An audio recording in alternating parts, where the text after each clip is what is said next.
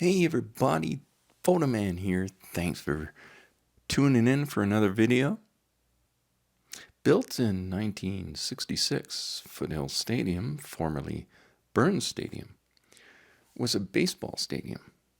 Demolition started in February of 2025 this year and will be the new home to a multi-sport fieldhouse.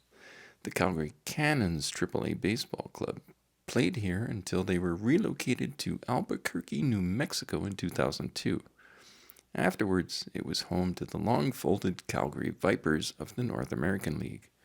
The most notable teams that played here was the St. Louis Cardinals, rookie-level affiliate team, and the Calgary Expos, both of the Pioneer League, and they played there until 1984.